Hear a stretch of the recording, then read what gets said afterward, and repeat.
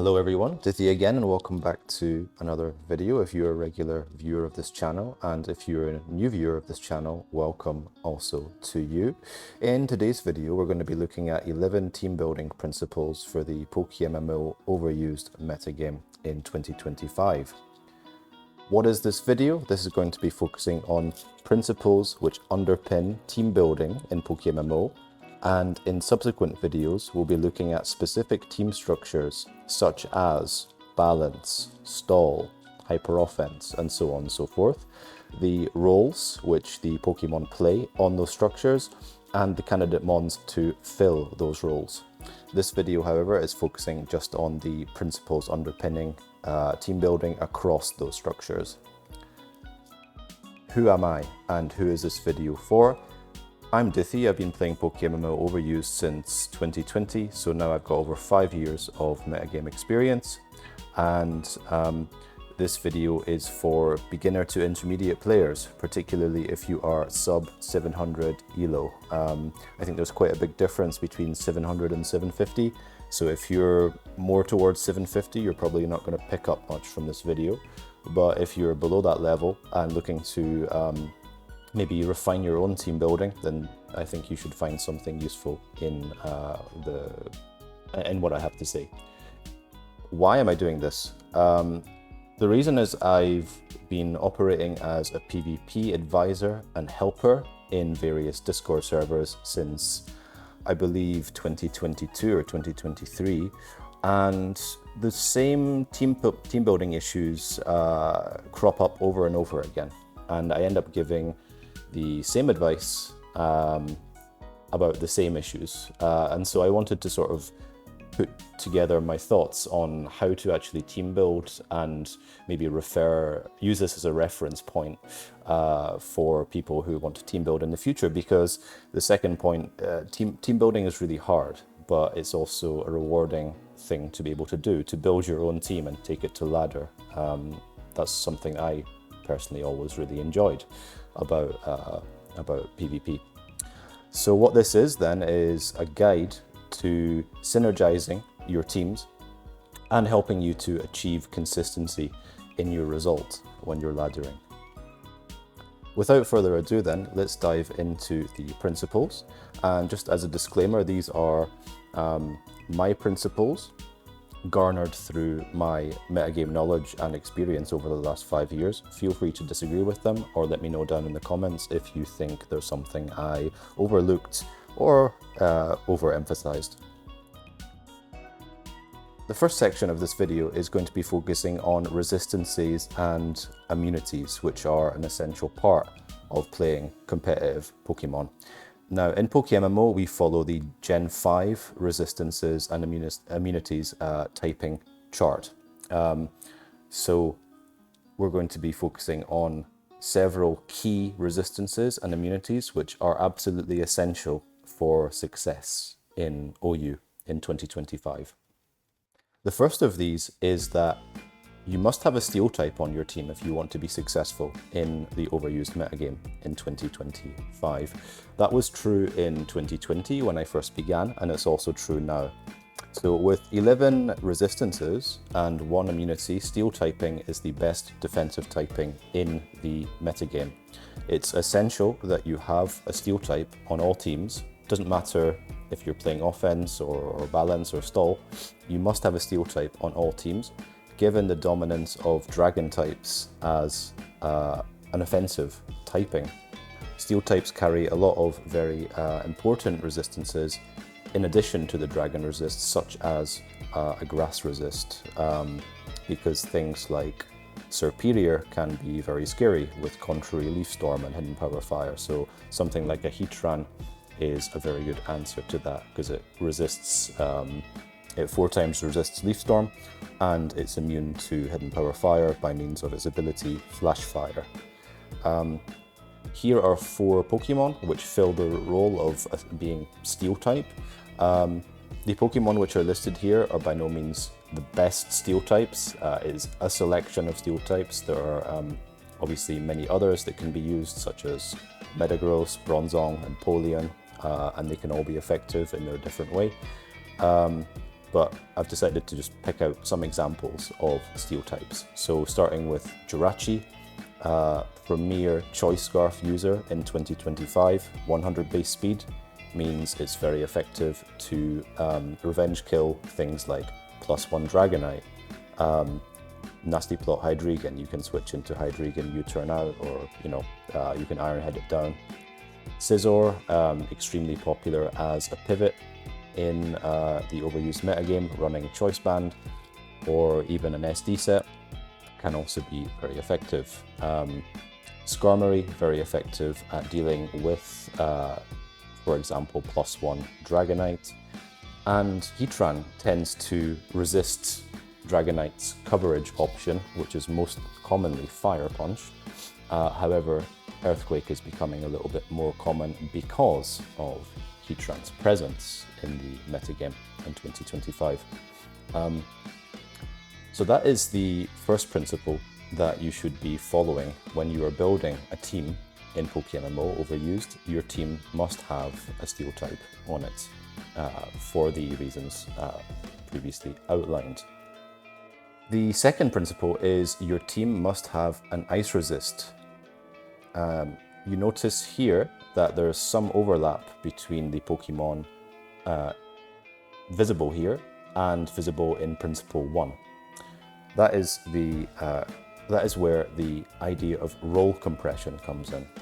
Role compression is where you have a Pokemon which can fulfill multiple duties in one team slot. So for example, Jirachi is a dragon resist, but is also an ice resist, so it helps you cover the first two principles. However, steel types are not the only Pokemon which resist ice. Also things like Rotom Wash and Suicune, being water types, resist ice.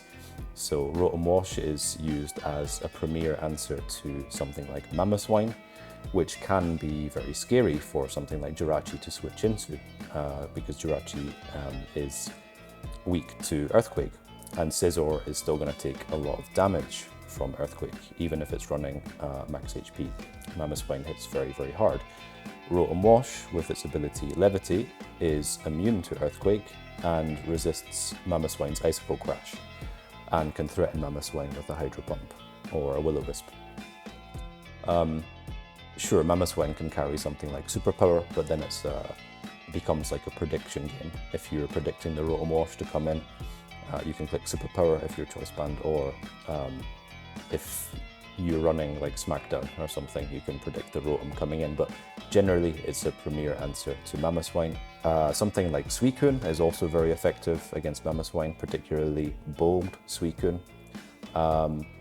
And Suicune is also very effective at countering something like Weavile because of its natural bulk and ability to switch into Choice Band Night Slash or Choice Band Icicle Spear. So that is the second principle. Your team must have an ice resist on it. The third principle is your team must have a ground type, also known as a Volt blocker. The reason why you must have a ground type on your team is to counter the common pivoting move Volt Switch. Volt Switch is a move carried by primarily electric types, and is used to pressure the opposing team because you can click it, and if they don't have a ground type, they can basically keep up the offensive momentum while also doing damage to you. Therefore, you need something to block that Volt Switch and prevent your opponent from grabbing the momentum in the match. So here are some ground types which can act as Volt blockers against something like Rotom Wash or Zapdos. So the first one is Gastrodon. Gastrodon actually is obviously immune to Volt Switch, being a ground type, but also due to its ability Storm Drain, it's going to also be immune to Hydro Pump. So Gastrodon is sort of a premier answer to something like Rotom Wash, unless Rotom Wash is running Trig. But you know, that's less common than Leftovers variants of Rotom Wash. Excadrill is a good Volt blocker, particularly when you're thinking about using it to switch into Zapdos and preventing Volt Switch. Being a steel type, it also resists Hurricane, which is also important if you're using it to defend against Zapdos. Garchomp is another example of a ground type which can be used to block Volt Switch, and its offensive sets like the mixed Life Orb Draco Meteor can pressure Rotom Wash offensively, and it can also pressure, even if you're running a defensive Garchomp, you can also pressure Rotom with something like Toxic, and you can spam Stealth Rock on the Rotom, which is forced to defog, and you are chilling, particularly if you are special defensive Garchomp. Also, like Zapdos, you're able to pressure with Toxic or Stone Edge, so it's also quite useful to use against Zapdos. And finally, we have Gliscor here. Gliscor is also an example of a Volt blocker, and indeed is commonly being run now as a Spadef wall to help to counter something like Zapdos, because you can stall out the Hurricanes with Protect, and Spadef is not going to take that much damage from Hurricane, particularly from defensive variants of Zapdos.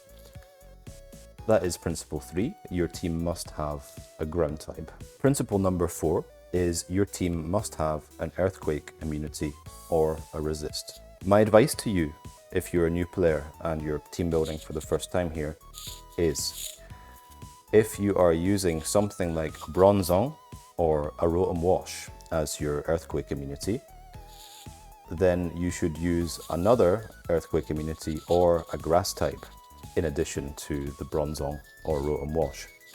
The reason why you should do this is that Modebreaker Excadrill exists, and its ability negates the ability of Rotom Wash and Bronzong, who therefore lose their immunity to Earthquake.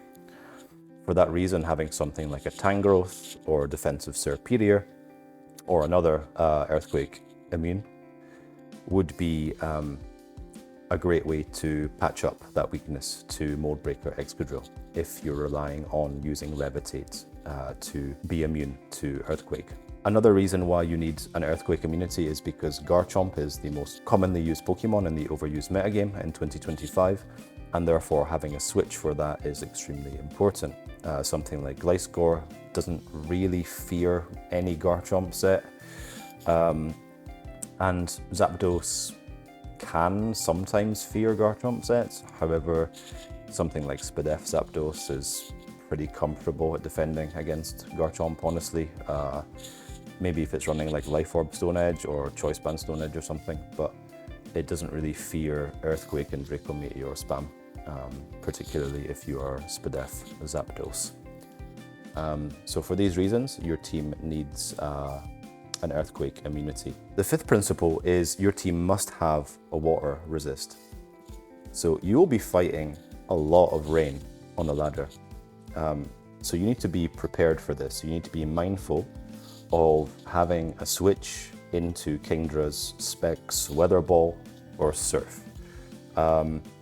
So something like a Jellicent is effective at doing that because it resists, it's immune to water if you're running the ability Water Absorb, and it resists water naturally if you're using Cursed Body. Again, Gastrodon uses its ability Storm Drain to give itself an immunity to water. And then we have things like Rotom Wash, which is natural resist, and Spadef Rotom Wash can switch into Kingdra rather well and use something like Pain Split or Thunder Wave or Toxic or whatever to try to either chip the Kingdra or cripple it with status. Something like Serperior can also be an effective water resist, particularly bulkier variants or Assault Vest variants. Principle 5 overlaps a little bit with Principle 1, which was your team must have a Steel type, because if you want to be successful in PokéMMO Overused, you need to think about covering both of the stab moves from Kingdra. So you need to have a switch for Draco Meteor, and you need to have a switch for Specs, Weather Ball, or Surf. Principle number 6 is your team must have a flying resist.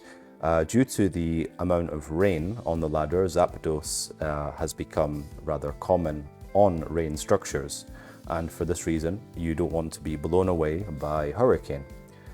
However, Zapdos is not only used on rain but also on offense and balance, and so you want to be able to have a tool to effectively deal with Zapdos. Something like Jirachi can switch into Zapdos very well, particularly Spadef Jirachi. Although you can't really pressure Zapdos offensively that much. But you can if you're running like Calm Mind Jirachi, but if you're running another set, you can just sort of sit on it. Particularly Spadef set, you can stall out the hurricanes with Wish Protect or something. Tyranitar is a good flying resist due to its rock typing and can also threaten Zapdos with Stone Edge or Pursuit. So that is a very common switch in to Zapdos in the current metagame. Excadrill, Spadef variant, can be very effective against Zapdos with something like Toxic. And finally, Rotom Wash can Pain Split on Zapdos, can Volt Switch out of Zapdos if running speed. And yeah, it doesn't really fear any of Zapdos's attacks. So yeah, for those reasons, your team must have a flying resist in 2025 PokéMMO Overused. Principle 7 is your team must have a fighting resist, or 2. Conkeldurr is a ubiquitous presence in the Overused metagame in 2025, and unfortunately needs multiple answers on a team, otherwise you end up being overly weak to it. So some switches to Conkeldurr are things like Zapdos. 70% of the time, if you hit the hurricane, you're generally fine against Conkeldurr. Wheezing is a much more reliable switch to Conkeldurr due to its ability neutralizing gas. It's going to cancel out the extra damage Conkeldurr gets from Guts or Sheer Force, and in general, Earthquake on Sheer Force is much less common than the elemental punches are. So Wheezing generally does very well. Reuniclus is also an effective answer to Conkeldurr because although Payback does exist, it's much less common than the elemental punches Conkeldurr, particularly in the current metagame. And Gengar, if you're running a bulky set, can switch into Conkeldurr, can hex it down if it's burned already, can burn it if it's Sheer Force, or generally try to trade for it. If you are using only one fighting resist, you might want to think about having a pseudo fight resist in addition to your fight resist, such as something like a Rocky Helmet Tangrowth, a Rocky Helmet Hippowdon, neither of which are actually overused by usage rate, but they're extremely viable in overused. And also something which is more common is Rocky Helmet Garchomp. You can use that as a sort of pseudo fight resist to send into something like Conkeldurr to try to chip it down with the combination of Rough Skin and Rocky Helmets. Principle number 8 is synergize your offensive and defensive cores. So we've seen the first 7 principles now about key resistances and immunities for Overused in 2025. And now we're looking at how we can actually put those together in a way which complements the structure of your team. So there are offensive and defensive cores in teams. A very basic example of that, if we're thinking about an offensive pairing, is Dragonite and Magnezone. So the idea here being that Magnezone can trap steel types like Ferrothorn, like Skarmory, which Dragonite can struggle with, kill them with either Hidden Power Fire or Thunderbolt, and then allow Dragonite to spam its Dragon Claw freely on the opposing team. And in addition to that, those two Pokemon also complement each other's weaknesses. So Dragonite is weak to Dragon and Ice, both of which Magnezone resists, Magnezone is weak to Earthquake, and it's weak to Ground, and Fighting, both of which Dragonite is able to defend against due to its flying typing, giving it the immunity to Ground, and also its resist of Fighting. If we're thinking about defensive cores, you can see an example on the screen, which is Jellicent, Ferrothorn, and Gliscor. So with this defensive core, we follow almost all of the previously mentioned resistance or immunity principles. For example, we have a steel type in Ferrothorn. We have an ice resist in Jellicent. We have a ground type in Gliscor. We have an earthquake immunity in Gliscor. We have a water resist in fact, we have 2 water resists in Jellicent and Ferrothorn. And we have 2 fighting resists in Jellicent and Gliscor. The only thing we are missing here is a flying resist. So something like a Tyranitar here would be a good addition, and in fact, this is a well-known sand team structure. So this defensive core and adding a Tyranitar means that you have all of those defensive synergies in 4 team slots. Section 2 of our principles relates to the setting and removing of entry hazards. Entry hazards are an essential part of the overused metagame, always have been, always will be. There are 3 types of entry hazard. The most important on all teams is Stealth Rock, and then we have Toxic Spikes and Spikes, both of which have different uses.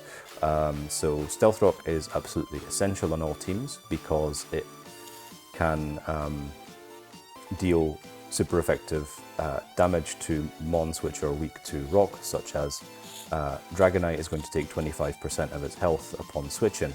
Volcarona is going to take 50% of its health on switching. And for that reason, it's more valuable overall than Spikes, which actually doesn't hit mons which are not grounded, and Toxic Spikes, which doesn't affect steel types or can be absorbed by poison types, undoing the progress that you have made. However, that's not to say that neither of those 2 entry hazards are actually useful, because a combination of Stealth Rock and Spikes can help to really put pressure on defensive teams, and something like Toxic Spikes can, in a longer game, particularly where there's not a poison type, the extra poison damage wearing down the opposing team can be decisive. However, it takes a bit longer to actually achieve that than something like immediate rocks and spikes pressure. So on that note, principle number 9 is your team must have a hazard setter, and here are some examples of hazard setters. Ferrothorn can set spikes and Stealth Rock. Excadrill can set Stealth Rock. Garchomp can set Stealth Rock and Spikes.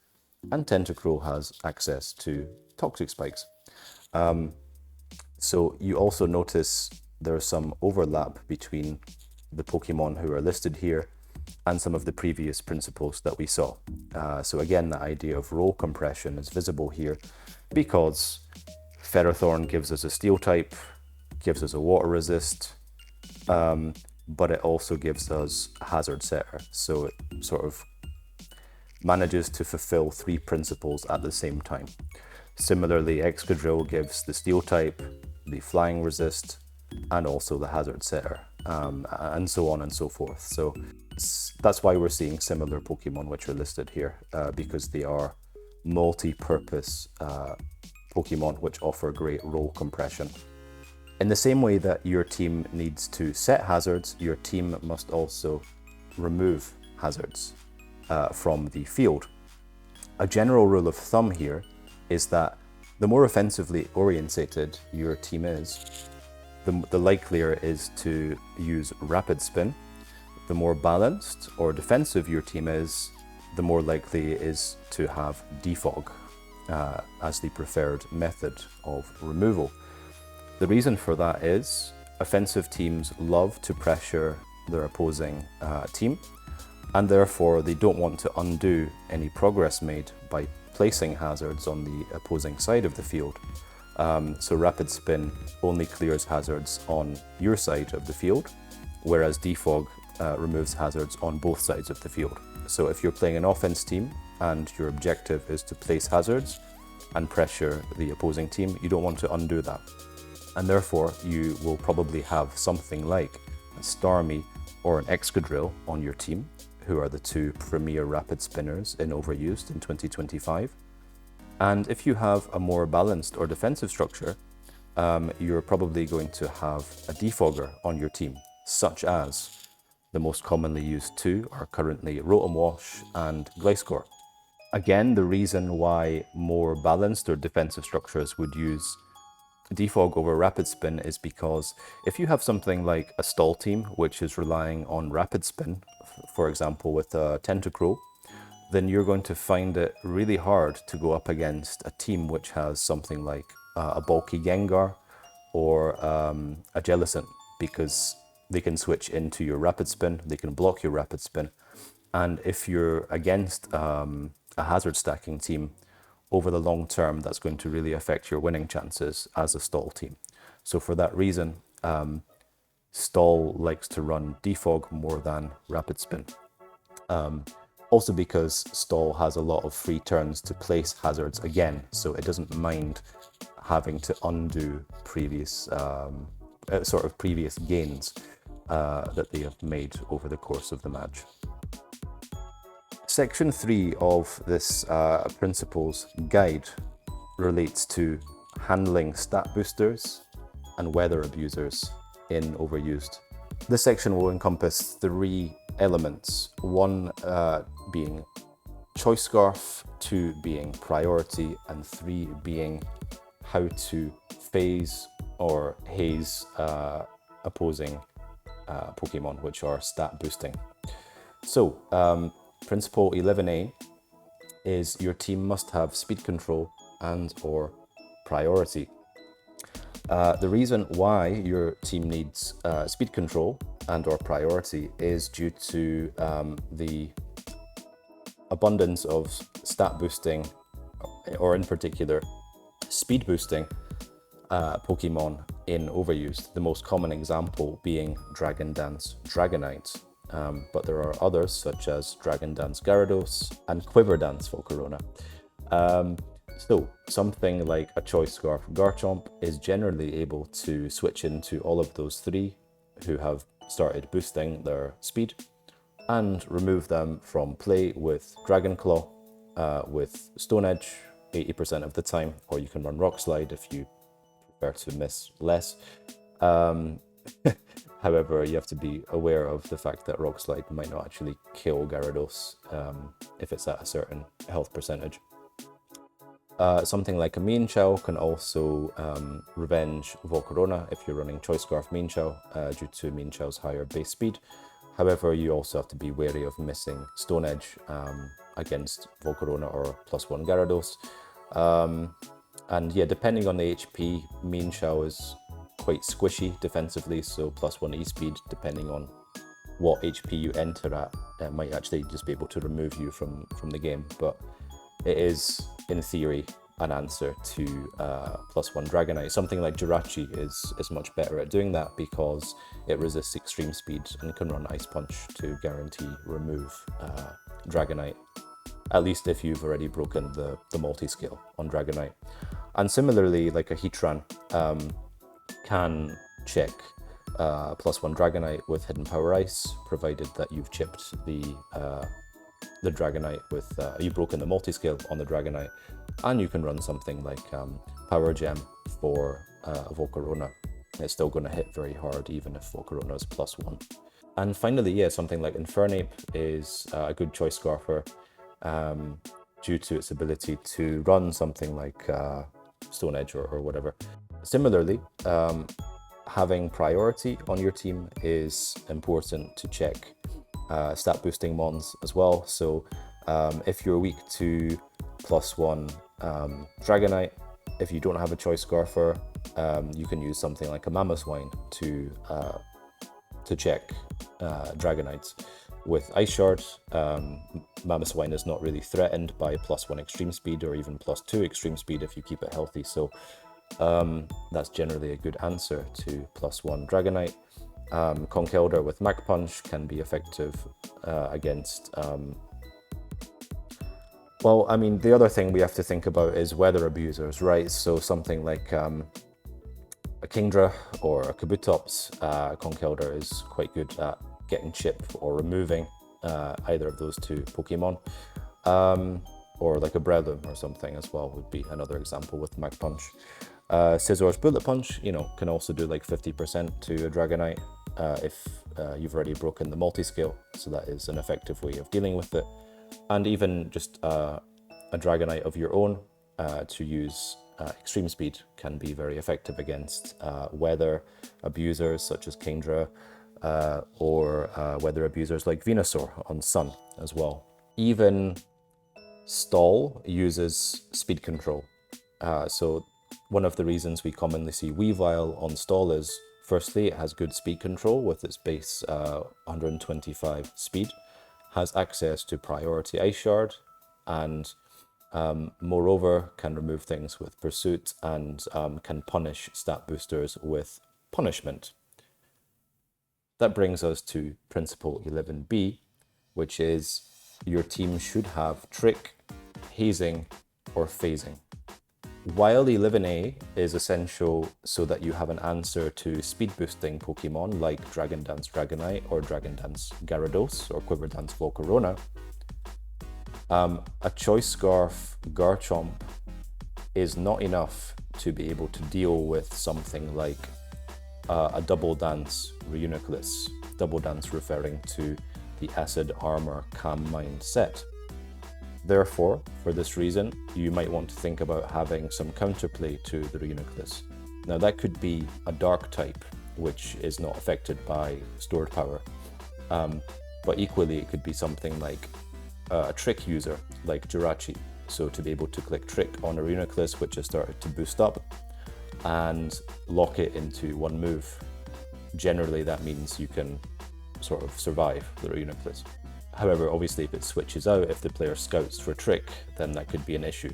But yeah, if you leave it to like the last, if you're down to the last possible Pokemon, and it is Double Dance Reuniclus, then having a Trick user is an automatically free win.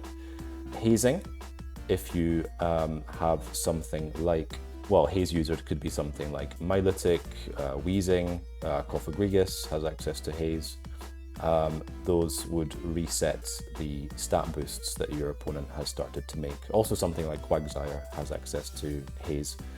Dragonite, yeah, I haven't seen this set in a long time, but I wanted to keep it there because it was quite funny. Or Phasing, something like a Roar Pokemon or Whirlwind user such as Suicune or Skarmory can force the stat boosting Pokemon out by using Roar or Whirlwind respectively. And then we also have moves like Clear Smog, which reset any stat boosts, such as Amoonguss has access to Clear Smog and can use that against something like Gyarados, Dragonite or Serperior to undo any boosts to the stats, which have been made through Dragon Dance or Leaf Storm, respectively.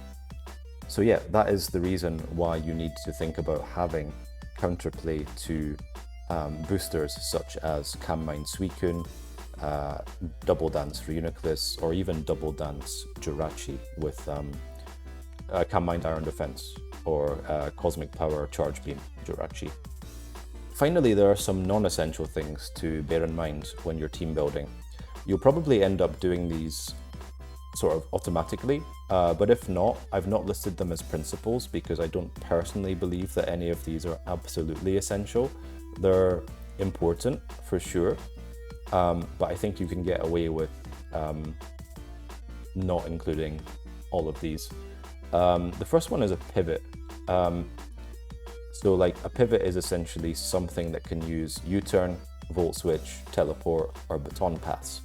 That is to maintain the momentum against your opponent. So something like Scizor, Scarf Jirachi, Mienshao, all of these Pokemon have access to U-turn. Choice Scarf Hydreigon even has access to U-turn. Volt Switch, so principally Rotom Wash and Zapdos. Teleport, something like a Chansey, can teleport into Weavile to get Weavile in safely to allow it to then click Pursuit or click Punishment or whatever it wants to do. Or a Baton Pass user like, I don't know, Espeon or Umbreon even can run Baton Pass. The second thing is a spin blocker. A spin blocker carries increased importance on more offensive structures, and that's linking back to a point we made earlier about how offensive teams love to keep up hazard pressure on the opponent. So having a Pokemon which can block rapid spin is more important on more offensive team structures. Similarly, on more defensive structures, that's where we're likely to see more clerics. So clerics refers to a Pokemon which uses something like Heal Bell or Aromatherapy to heal status conditions in the team, or to pass HP to Pokemon which don't have natural recovery with Wish and Teleport, or just Wish and hard switching, such as well, a good example would be Chansey into Weezing, because Weezing only has Pain Split as a way of getting HP back otherwise, or Protect, I guess, but you know what I mean. Taunt users can be useful to break more defensive teams, such as Hydreigon is an example, Gengar another one, Jellicent is also a good user of Taunt. You might also want to think about having a Toxic or Spore immunity or a Natural Cure user. The reason is just to be able to switch into Spore and switch out, or switch into Toxic and not have it affect you for the remainder of the game. So something like Starmie is a good user of Natural Cure, especially defensive Starmie. Any poison type is obviously going to be immune to Toxic, and Spore immunity can be something like a Serperior, or something with Overcoat like Mandibuzz maybe. And finally, a poison type might be something to consider when you're team building. Absolutely not essential, but worth thinking about in case your team is weak to Toxic Spikes. So like if you're running Calm Mind Suicune or Calm Mind Raikou, those mons do not like being chipped down with Toxic Spikes. So therefore, pairing a Raikou with something like a Gengar could be useful, just to be able to guaranteed remove any Toxic Spikes on your field before Raikou comes in to click Calm Mind and try to win the game. Okay, so to summarize our team building principles that we have outlined in this video, the first 8 are relating to resistances and immunities. So you must have a Steel type, an Ice resist, a Ground type, an immunity to Earthquake, a Water resist, a Flying resist, a Fight resist, and also think about how your cores work with each other offensively and defensively to ensure that you have no big shared weaknesses. The second part is related to the setting and removal of entry hazards. So principles 9 and 10 relate to that. And the final part is how you cope with stat boosting Pokemon. So having speed control and or priority on your team. As an offense player, I often have both a Scarfer and priority. And also thinking about having Trick, Hazing or Phasing to be able to answer Pokemon which are stat boosting but not speed boosting, like Double Dance Reuniclus, for example. Here's a sample team that sort of outlines some of these principles in practice. So what I would suggest is you can take this checklist of principles and ensure that you can tick them off when you're building your own teams. And if you do that, you should have built a solid foundation from which you can really push with your laddering. So if we take a look at this team here, we can see there's a steel type in Jirachi, there's an ice resist in Jirachi and Starmie. We also have a thick fat Mamoswine which resists, which takes less damage to ice. We have 2 ground types in Garchomp and Mamoswine. We have a Spadef Garchomp here, so that's going to be effective against Rotom Wash. And we also have a Mamoswine which can pressure Zapdos quite effectively. We have an immunity to Earthquake in Dragonite, and we also have a resist in Serperior. We have 1, 2, 3 water resists in Serperior, Starmie and Dragonite. We have flying resist in Jirachi. We have 1, 2 fighting resists in Starmie and Dragonite. And we can argue some synergy has been achieved in our cores because, you know, at a basic level, Garchomp is weak to ice, Starmie resists ice. We have a hazard setter with our Stealth Rock Garchomp, and we have hazard removal with our Rapid Spin Starmie.